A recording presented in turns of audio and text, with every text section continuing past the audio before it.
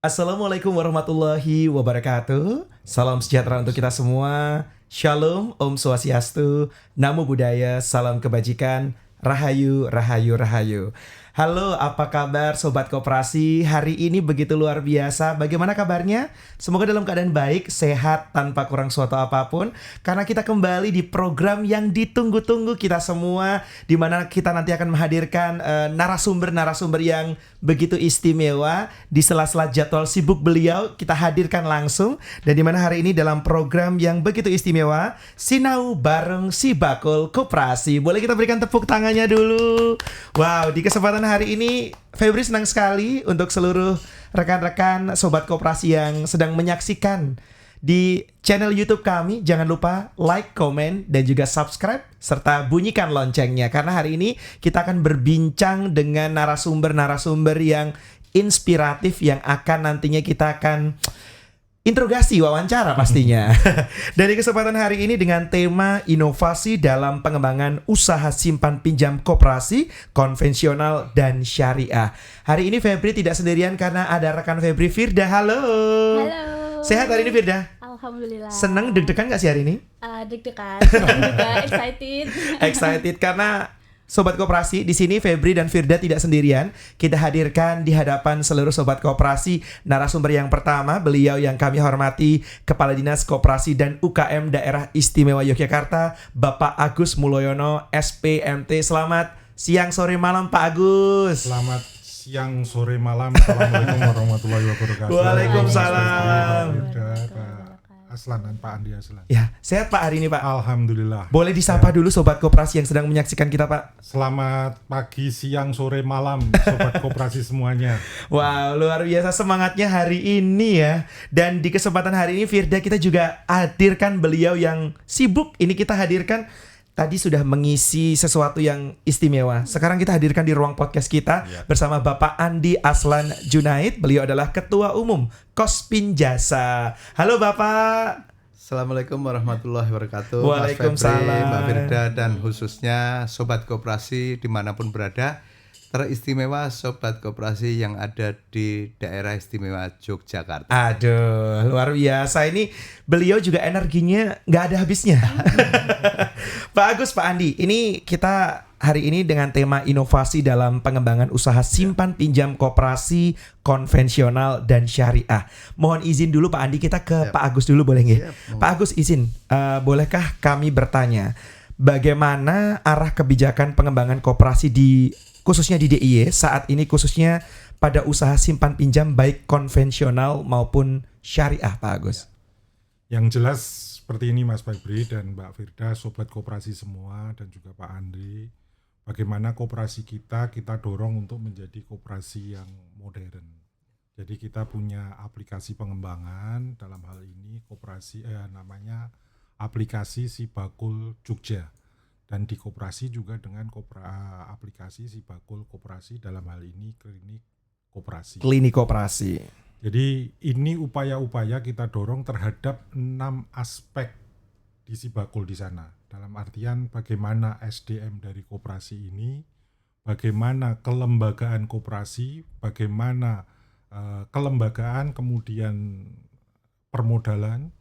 Nah, dari sisi permodalan tentunya banyak hal yang bisa kita tonjolkan di sana. Kemudian bagaimana pemasaran, prospek pasar dari koperasi yang bersangkutan.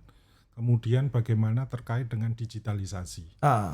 Jadi lebih pada koperasi semua, termasuk juga tentunya simpan pinjam yang hari ini bagaimana dengan kita pendampingan, sosialisasi, BIMTEK, ataupun apapun kegiatan yang dilakukan oleh Dinas Koperasi dan UKM Daerah Istimewa Yogyakarta, tentunya dengan best practice.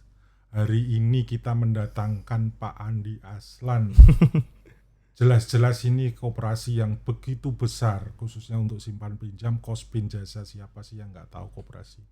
Mudah-mudahan koperasi di Yogyakarta bisa berkembang dan lebih lagi kepada koperasi-koperasi, khususnya koperasi simpan pinjam dengan ilmu yang tadi sudah dibagi ke kita. Terima kasih sekali Pak Andi.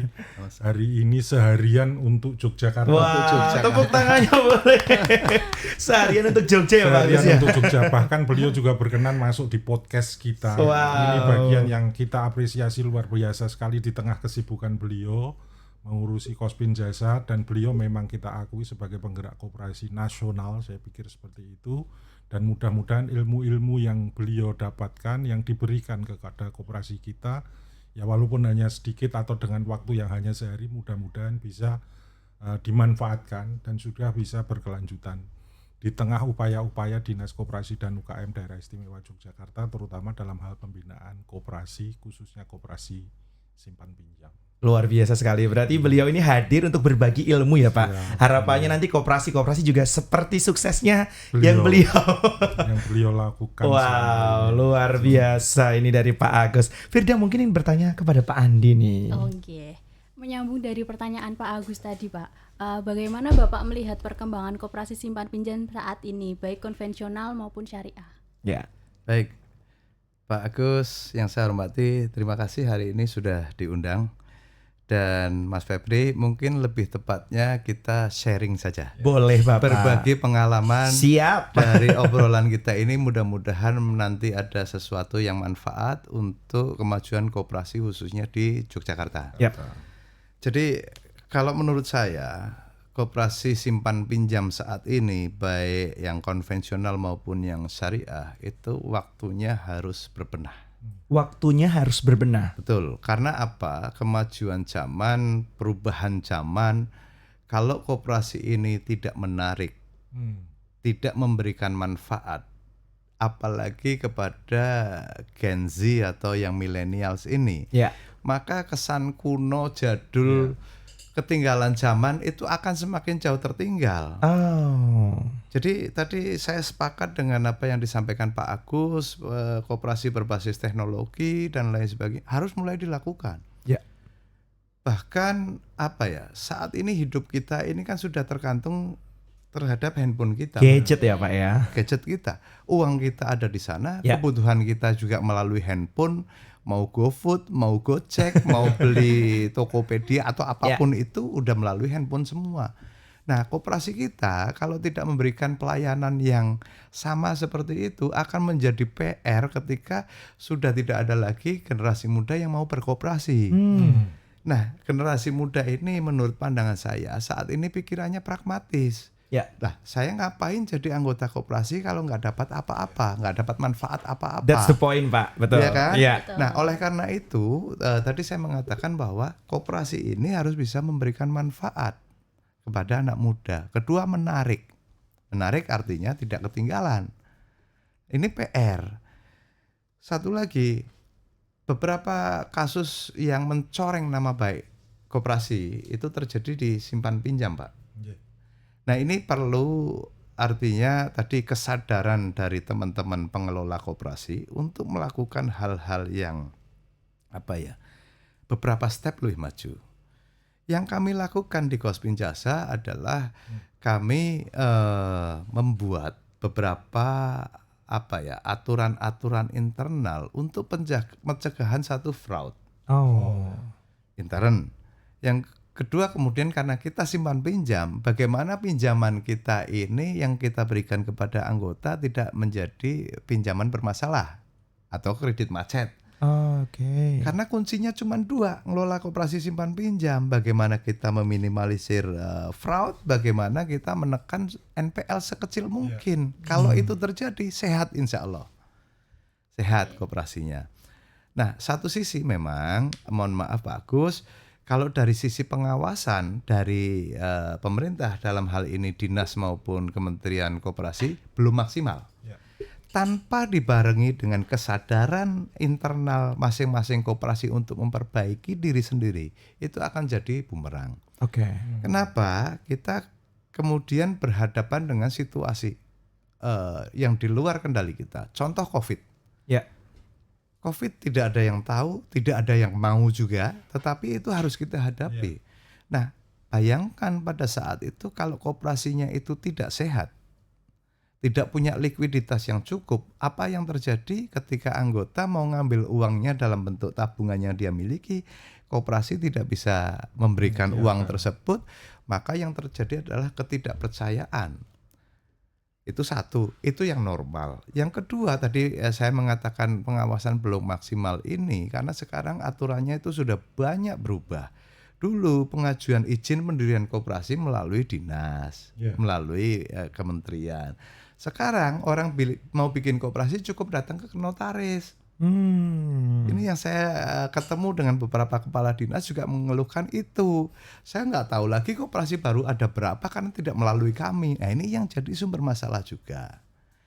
Apakah koperasi yang didirikan oleh oknum itu memang tujuannya untuk gotong royong, secara ekonomi akan memajukan bersama-sama, atau untuk tujuan yang negatif gitu. Negatif artinya menghimpun dana kemudian lari. Nah ini yang harus kita cegah. Ya. Menurut saya sih seperti itu. Luar biasa sekali. Sekaligus menyambung nih Pak Andi. Kalau tadi kan perkembangan koperasi yang tentunya memang ada kurang, ada lebihnya juga di era ini, di era digital. Ini boleh sedikit di-sharingkan Pak Andi. Perkembangan Kospin Jasa gimana sih? Boleh diceritakan secara singkat sejarahnya sehingga KSP bisa menjadi nomor 1 di Indonesia ini Pak. Ya. Jadi kalau bicara sejarah, Kospin Jasa ini koperasi tua. Kami berdiri 13 Desember tahun 73. 13 Desember tahun 73. Jadi Desember tahun ini usianya 53. Wah. Luar biasa. Lebih tua dari Mas Febri sama Mbak Firda saya rasa. 2 tahun dari saya. Nah, alhamdulillah kita masih bertahan sampai saat ini karena kami konsisten. Oke. Kami konsisten nilai-nilai koperasi masih kita jaga. Tadi kami selalu ingin berusaha memberikan manfaat yang maksimal untuk seluruh anggota kami. Kita jaga ini dengan baik. Kemudian tadi perbaikan di tata kelola terus kami lakukan Pak Agus. Kami dari sisi SDM sampai perlu membuat pusdiklat tersendiri untuk peningkatan skill daripada karyawan kita. Bahkan kita kirim karyawan kita pelatihan keluar, artinya diselenggarakan oleh pihak-pihak lain untuk skill.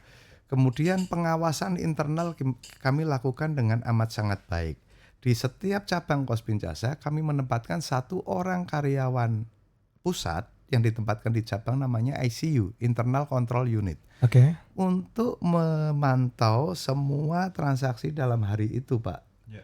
Yang kedua, sebetulnya harapan kami juga untuk memantau gaya hidup karyawan. Oh, memantau gaya hidup karyawan. Ini saya kaget nih Pak. Gimana boleh dijelaskan Pak ini? Kalau bagian kredit setiap 2 bulan sekali ganti handphone, ini itu kan perlu kita indikasi. Bagaimana nih Pak Agus?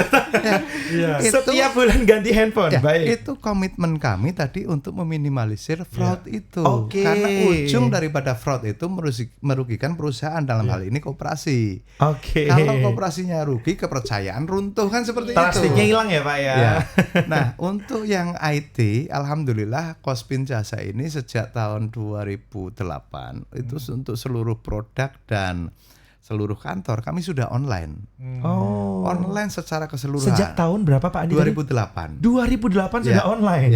Wow. Jadi saya sekarang dimanapun hari ini saya sediakan waktu untuk koperasi di Jogja, nggak ada masalah. Pagi tadi saya sudah dapat laporan berapa uangnya Kospin, nanti sore saya dapat laporan lagi. Kontrolnya sudah di situ. Asal ada jaringan ya Pak, bisa ya. Iya, nah itu yang kemudian yang saya maksud tadi kita berbenah, kita perbaiki ke dalam supaya tadi hanya 2 itu kita minimalisir, insya Allah selamat. 2 yang terpenting dari internal dulu ya Pak ya. Minimalisir fraud, kemudian menekan NPL sekecil mungkin. Itu tok. 2 kuncinya nih. 2 kuncinya. Dan sampai detail gaya hidup. Nah itulah Pak Agus ya. Luar biasa sekali. Ini kalau ngomongin tentang inovasi, Firda mungkin ingin bertanya kepada Pak Agus nih. Pak Andi terima kasih. Berbicara mengenai inovasi, Ya. seringkali koperasi di lapangan memiliki semangat untuk berkembang, tetapi masih menghadapi berbagai keterbatasan, mulai dari SDM, Ya. pemanfaatan teknologi, hingga akses pembinaan dan pendampingan usaha. Lalu apa bentuk dukungan dari Dinas Koperasi dan UKM Daerah Istimewa Yogyakarta Nah. ini untuk mendorong koperasi agar dapat berinovasi? Inovasi akhirnya ya. Iya, nyambung juga dengan tema besar hari ini. Ya. Mungkin sedikit tadi Pak Andi terkait dengan kemudahan berusaha yang dimaknai berbeda. Kemudahan berusaha yang dimaknai berbeda. Ini coba ngulas yang tadi, tapi ini tidak ada salahnya saya sampaikan. Pendirian koperasi bisa 9 orang. Ya. Wow. Kemudian juga bisa dilakukan secara online. Ya. Kalau itu mensikapi ataupun memaknainya berbeda, Ya. akan berbeda juga hasilnya. Artinya terjadi hal-hal yang kita tidak diinginkan terhadap kelembagaan koperasi. Betul. Bukan begitu. Dan hari ini berjalan, terjadi real.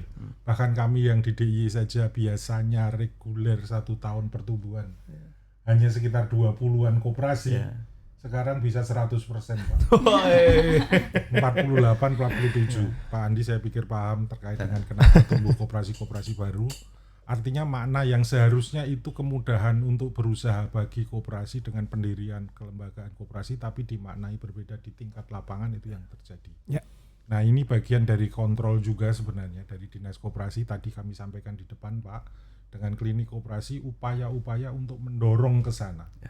Memang digitalisasi menjadi yang penting di sana, karena kita menyadari di tempat kami, ya ini Jogja, Pak.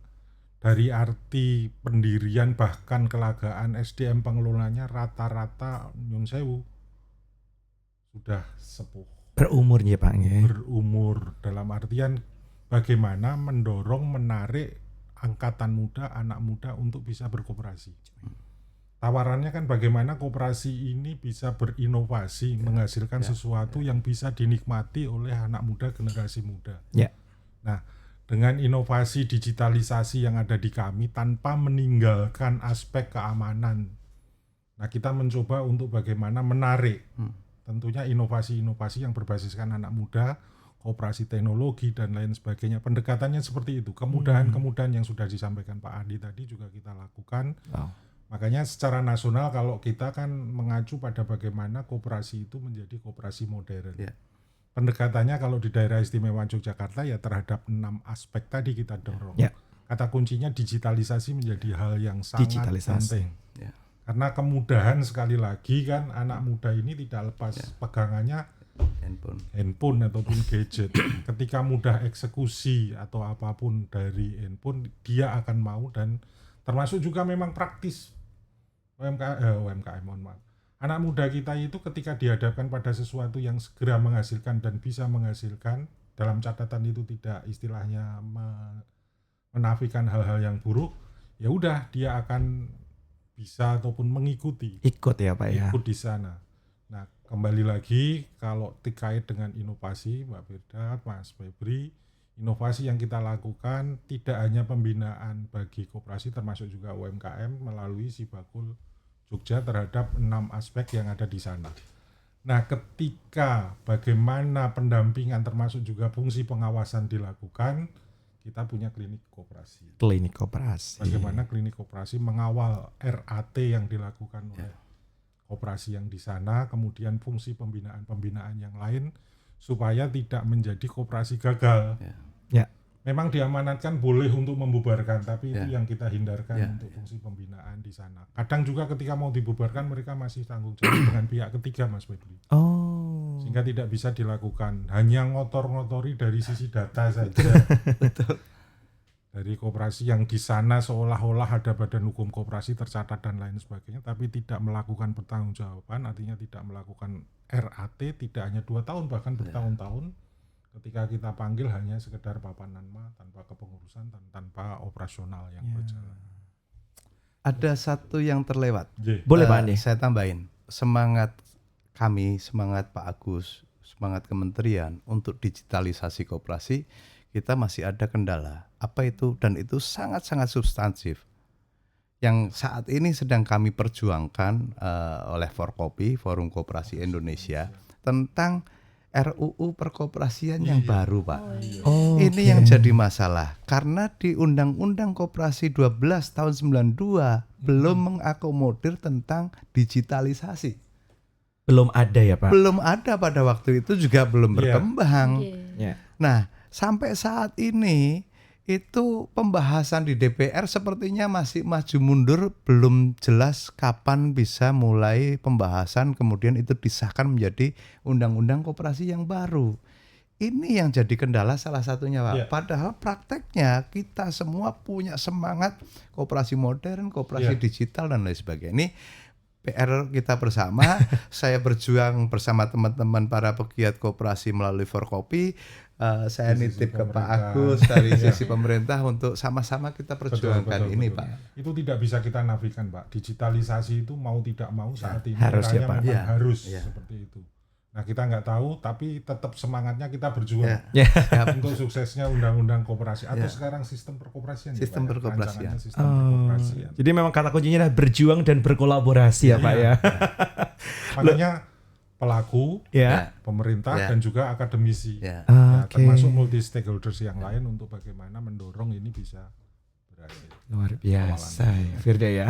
Nah, sekaligus menyambung nih Pak Andi. Inovasi seperti apa sih yang benar-benar bermanfaat bagi anggota dan bukan hanya sekedar mengikuti tren saja Pak? Ya. Untuk Yang kami lakukan di Kospin Jasa, kalau kita bicara koperasi simpan pinjam kan cuma ada dua, ya, simpanan dan pinjaman. simpanan dan pinjaman. Ya, simpanan Oke. itu juga ada tabungan, ada bahasa Inggrisnya time deposit, bahasa koperasinya itu adalah simpanan berjangka Jangka. dengan waktu tertentu, Betul. 1 bulan, 3 bulan, 1 tahun kan gitu. Ya.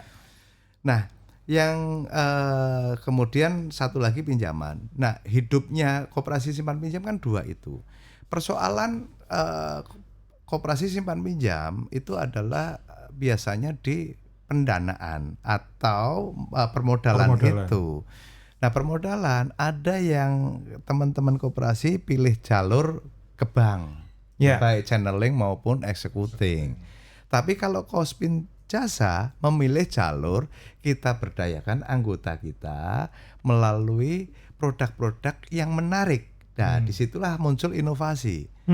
Saat ini menurut pengamatan kami Pak, ini ya serius tapi bercanda juga. Kebutuhan primer manusia itu kalau dulu 3 Pak, sandang, pangan, papan. Ya. Sekarang kan menjadi 5, sandang, pangan, papan, jalan-jalan sama colokan. Colokan ya. Colokan Jalan-jalan, handphone oke. kita, Colokan Pak. gimana nih Pak? Nah, hidup kita sudah di handphone sekarang. Oh, Kalau baik. handphone habis baterai nggak ada colokan bagaimana? Pak Agus sampai ketawa nih, colokan ya, betul. Istilah beliau colokan. Nah, artinya begini, Iya, iya. kami melihat itu, kami kemudian manfaatkan sebagai tabungan wisata, Pak. Tabungan wisata. Tabungan wisata ini satu bisa mengembangkan pariwisata, Ya. satu lagi juga bisa ngajak anggota koperasi untuk nabung, untuk memenuhi kebutuhan dasar yang keempat tadi, jalan-jalan. Jalan-jalan. Nah, ini kami lakukan setiap kami ada program tabungan safari, Pak. Seperti arisan sebetulnya. Dan ini inovasinya Kospin, tidak kami berikan bunga setiap bulan, tetapi kami Langsung. akumulasi bunga itu menjadi jalan-jalannya semuanya gratis. Bis pariwisata, tiket masuk tempat wisata, untuk makan dan lain sebagainya itu gratis. Sebetulnya ya dari bunga itu. Oke. Ternyata pesertanya puluhan ribu, Pak. Karena anggotanya juga banyak. Iya. Anggotanya banyak dan diminati toh. Iya. Nah, dengan demikian kami bisa menghimpun dana itu melalui tadi kreativitas tabungan-tabungan itu, tidak perlu lagi pinjam ke bank dan lain sebagainya.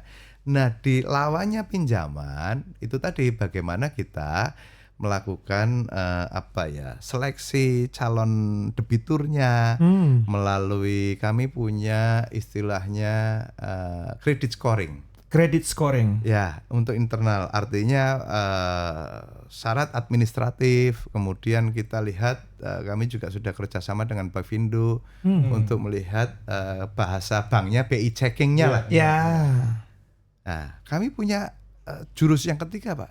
Kami lihat medsosnya. calon debitur itu gaya hidupnya kira-kira Sampai lihat medsosnya ini. Betul. Oh, berarti ini sangat berinovasi Betul. digital banget ini, Pak. Iya. Gimana nih, Pak? Contohnya? Karena begini, Kasih kata kunci nih, Pak. kita lihat kalau dia menurut pandangan kami boros hura-hura, ngapain diberikan pinjaman, Pak? Pasti untuk konsumtif. Hanya konsumtif. Nah, itu salah satu ikhtiar lah sebetulnya. Oke. Tapi kalau administrasi sudah terpenuhi, BI checkingnya aman, yang ketiga gaya hidupnya seperti apa nih? Sedetail Pak. itu, Firda. Artinya tidak hanya ke pengurus, tapi calon Iya. debitur juga di Iya, sana. Pak. Iya, Pak. Gaya hidup juga. Iya, kita lihat. Iya kan? Genuine. Betul-betul dari Kospin. Betul. Nah, Iya. itu tujuannya apa? Supaya kita pinjaman yang kita berikan kepada anggota kita tidak macet. Oh iya. Kalau macet tadi kan perusahaan rugi, kemudian terjadi distrust kan seperti itu. Itu aja kuncinya. Baiklah, sampai ini sosial media gaya Iya. hidup ya. Waduh, harus berhati-hati ini. Nah, sekarang tren di perusahaan-perusahaan besar kan kalau mau rekrut karyawan dilihat medsosnya, Pak. Iya. Kalau Iya, dia betul, Pak. postingnya nyinyir terus, ini bermasalah nih anak Nah. pusing ntar saya ngadepin ini. Iya. Seperti Problematik ya, Pak. Iya. Artinya hati-hati, jejak digital itu akan menentukan karir kita juga. Bukan lagi mulutmu harimaumu, ketikanmu ya. Jempolmu. Jempolmu. Harimaumu. Iya, betul sekali. Iya, iya. Wow, terima kasih Pak Andi. Mungkin Firda ingin bertanya kepada Pak Agus. Menyambung medsos tadi, Pak, bagaimana strategi pemerintah untuk menarik minat anak muda itu Anak muda, supaya Pak. mau bergabung ke koperasi, Dan Pak? terlibat, Pak. Ya. Iya. Nggak cuma hanya jadi anggota ya, tapi ikut nyemplung. Pengurus. Nah, gimana nih Pak Agus? Ya, garis besarnya sih, tapi genuine juga betul-betul saya ini dari Kospin Jasa, terutama Pak Andi Aslan, terkait dengan baik karyawan maupun juga calon debiturnya juga di Ya. sana kan. Termasuk juga bagaimana ide dasar bahwasanya mereka tadi ada inovasi terkait dengan wisata. Wisata. Berangkat dari identifikasi kebutuhan, ya kan? Ternyata itu salah satu yang dibutuhkan, healing. Iya Pak. Tidak Bagaimana membuat konsep ini memudahkan mereka kan gitu saya tangkap.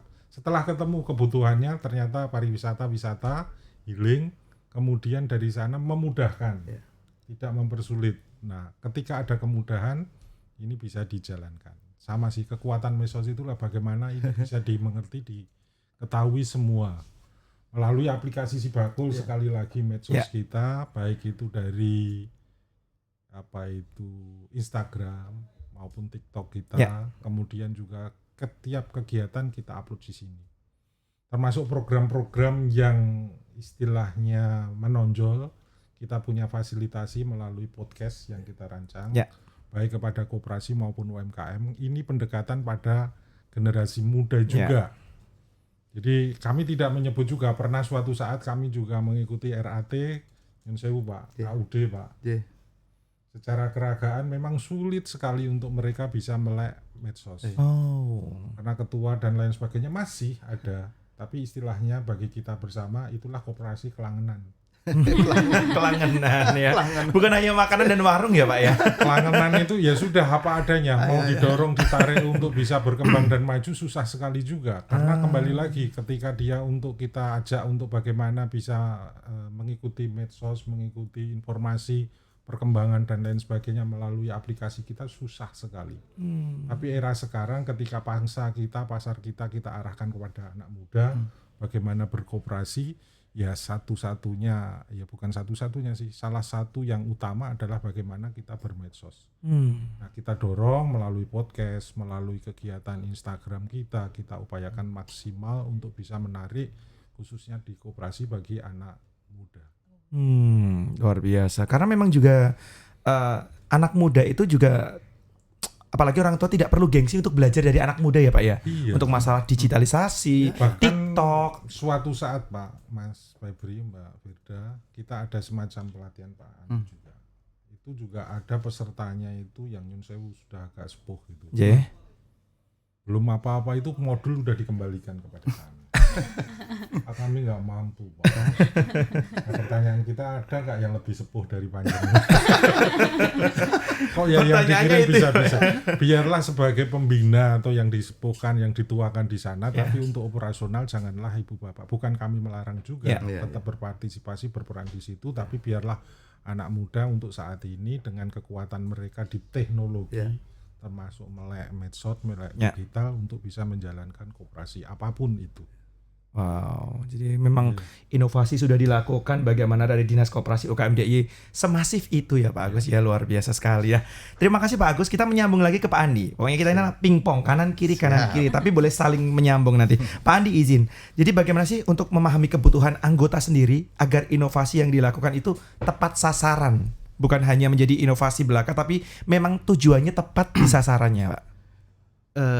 Kami selalu mendengar masukan dari anggota, kami selalu dengar, kami cerna, kami analisa. Kalau itu memang bagus, memungkinkan, kami pasti wujudkan keinginan mereka. Nah, inilah salah satu kekuatan untuk menjaga loyalitas mereka, Pak. Anggota apapun itu kan perlu didengar. Menjadi pendengar yang baik ya Pak ya. Contoh, pada saat tadi kita bicara tentang tabungan wisata. Kita tabungan wisata itu sekarang sudah saya kembangkan ke luar negeri. Wow. Dari 2015 kita sudah jalan-jalannya ke luar negeri, Pak. Aduh. Jadi ada dua nih, yang domestik sama yang luar negeri. Otomatis segmen ininya, kemampuan ekonominya juga saya berhasil memetakan kan di Kospin. Ya, yang disasar sudah berhasil saya petakan. Nah, pada saat-saat tertentu saya ikut sama mereka, ikut jalan-jalannya Pak. Sama saya jadi peserta ini, saya dengarkan mereka. Justru banyak masukan ketika pendekatan personal seperti ini. Ketika lagi santai, malah lebih ceritanya. Dan saya selalu mendengarkan. Mereka senang. Banyak sekali. Yang Jogja ngasih masukan begini, yang Bandung ngasih masukan begini, yang Surabaya ngasih masukan begini. Saya tinggal bicara ke tim saya. Ini masukan dari anggota seperti ini, tolong dikaji. Yang kita bisa wujudkan segera mana? Itu saja Pak. Dan ini luar biasa. Jalan-jalan ini sebetulnya buat kami Kospin tidak hanya dilihat dari jalan-jalannya Pak, tapi membuka wacana. Anggota Kospin ini kan relatif pedagang pengusaha, walaupun tentunya untuk ukuran koperasi menengah ke bawah ya. Saya baru pulang dari Vietnam sebulan lalu Pak, bersama kira-kira 200 penabung Kospin. Mereka semua takjub, saya pun takjub. Bagaimana pariwisata mereka berkembang dengan pesat. Vietnam. Kemudian semua turis yang ke sana merasa aman, tidak takut begal, tidak takut ini, tidak takut itu. Fasilitas semua sediakan dengan baik. Satu sisi dari pariwisata, satu sisi kita ajak ke industri. Industri menurut saya 5 tahun lagi akan jadi macan ASEAN untuk ekonomi Vietnam. Indonesia bisa bahaya kalau tidak hati-hati. Indonesia hanya punya Bali sama Jogja yang layak. Mereka semua provinsi kembangkan destinasi unggulan dan bagus semuanya. Nah, di situ lihat pemerintahnya komunis sih. Jadi kepastian hukumnya lebih jelas Pak. Mereka menerapkan jurusnya Cina. Bawa duit ke sini, bikin pabrik, kamu butuh izin saya langsung kasih, butuh tanah saya kasih, berapa warga saya kerja sama kamu. Ketika semua orang sibuk bekerja, maka yang aneh-aneh tidak muncul. Tapi ketika semua orang nganggur dan lapar, apapun bisa jadi amarah. Gampang demo, gampang kerusuhan, gampang ini dan itu. Nah, mereka menerapkan itu dengan baik sehingga semuanya sibuk dan serius mengelola sesuatu. Dan yang paling pasti, kepastian hukum untuk usahanya. Nah, disitulah harapan kami dari Kospin, tidak sekedar jalan-jalan tapi membuka. Nah, satu sisi yang lain ada peserta dari Jakarta, Bandung, Jogja, Semarang. Nah, tercipta satu silaturahmi, syukur-syukur bisnisnya nyambung Pak. Setelah jalan-jalan kemudian, saya bisnis kain misalkan. Adik saya juga bisnis kain, disambungkan jadi satu komunitas bisnis nantinya. Itu boleh inovasi, boleh apapun yang dilakukan Kospin lah. Untuk paling utama adalah mendengarkan semua masukan. Tinggal kan kita masukkan ada yang bagus, ada yang kurang bagus, ambil yang bagus. Ya. Itu aja. Jadi memang dengan berbagai cara, salah satunya jalan-jalan nanti akan cerita langsung, memberikan masukan, peluangnya gede lebih. Peluangnya iya. Jejaring, kekuatan jejaring ya. juga. Ya. Setelah itu di antara mereka dengan best practice itu tadi. Oh, wow. Ya. Luar biasa sekali Firda. Oke. Mungkin Firda ingin berlanjut kepada Pak Agus. Ya, terakhir nih Pak untuk Pak Agus. Tantangan utama untuk koperasi di daerah istimewa Yogyakarta dalam mengembangkan usahanya saat ini. Ya, tantangannya apa aja sih Pak Agus? SDM. SDM nomor 1. Kembali lagi kita tantangan SDM, tapi bukan berarti kita tinggalkan mereka. Ya. Tetap bagaimana mereka selaku tanggung jawab, selaku pembina untuk bagaimana bisa mengembangkan koperasi. Biarlah anak muda. Nah ini bagaimana kaderisasi berarti Pak ya. Kaderisasi ya. Berangkat kuncinya. dari koperasinya masing-masing lah. Jadi Ya. kearifan lokal ataupun dari yang ada di sana. Kemudian kita fasilitasi dari pemerintah daerah melalui apapun itu, dari mulai sosialisasi, kemudian fungsi pembinaan, yang kembali lagi seperti yang saya sampaikan di depan tadi, bahwasanya ketika orang tua hadir, nah, sulit sekali untuk bisa mengikuti. Ya. Tapi ketika anak muda, inilah bagian yang kita dorong. Dengan kemudahan-kemudahan atau fasilitasi-fasilitasi yang kita berikan melalui kegiatan-kegiatan yang ada di dinas. Wow. Memang luar biasa sekali yang dilakukan dinas ya, Firda. Terima kasih Pak Agus. Kita menuju ke pertanyaan terakhir untuk Pak Andi. Pak Andi, izin Pak, langkah sederhana yang bisa dilakukan koperasi kecil di mana nantinya untuk dapat memulai inovasi. Saya sangat setuju dengan statement Pak Agus tentang kaderisasi. Kami sudah melakukan itu Pak. Di salah satu kunci koperasi ini kan di kepengurusan. Ya. 2 periode terakhir Pak, komposisi pengurus yang muda dan tua itu 60-40 Pak. 60 hingga 40 tahun 60% Pak. yang jadi tidak mungkin kepengurusan itu diganti 100%. Oke. Itu harus ada yang lama 60%, kemudian yang baru-baru yang muda itu dimasukkan porsinya 40%. Dan ini kami punya komitmen yang senior ngawal yang junior karena ini bagian dari kaderisasi yang terencana. Sehingga alhamdulillah di Kospin ini selalu berjalan dengan smooth dan semua program berjalan dengan baik karena memang kolaborasinya jalan dengan baik. Ya. Nah, terkait dengan inovasi itu menurut saya betul kaderisasi itu penting, kemudian produk-produk juga harus dipelajari yang sesuai kebutuhan dari anggotanya. Dan sedikitlah kasih sentuhan-sentuhan kekinian yang yang apa ya, anak muda ini pengen gabung. Anak muda banget nih. Contohnya Iya Pak. dong. Contohnya. Tadi yang jalan-jalan ini bisa kita kenalkan loh kepada anak-anak muda. Oke. Kemudian tadi apa namanya sekarang untuk salah satu baru kita coba Pak.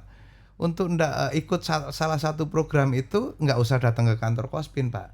Untuk tabungan hari raya kita sudah bisa ke aplikasi M-Bankingnya Kospin. Jadi tidak perlu datang ya Pak Nggak ya. perlu datang lagi. Dari mana saja bisa. Itu kan kemudahan tadi. Kemudahan. Ya. Harapannya anak muda kan transfer sekarang juga lewat handphone. Iya semudah itu Pak. Nggak perlu lagi datang ke kantor repot-repot bayar parkir ini itu sudah di situ website dan lain sebagainya harus kita perbaiki supaya menarik anak muda buka klik websitenya Kospin seperti apa sih. Nah ini bagian daripada inovasi juga loh untuk menarik kekinian lah gitu. Luar biasa sekali, boleh kita berikan tepuk tangannya. Pak, yang terakhir nih boleh kita berikan closing statement dalam tema kita dalam Sinau bareng Sibakul Koperasi tentang inovasi dalam pengembangan usaha simpan pinjam koperasi konvensional dan syariah dari Pak Agus dulu, monggo silakan.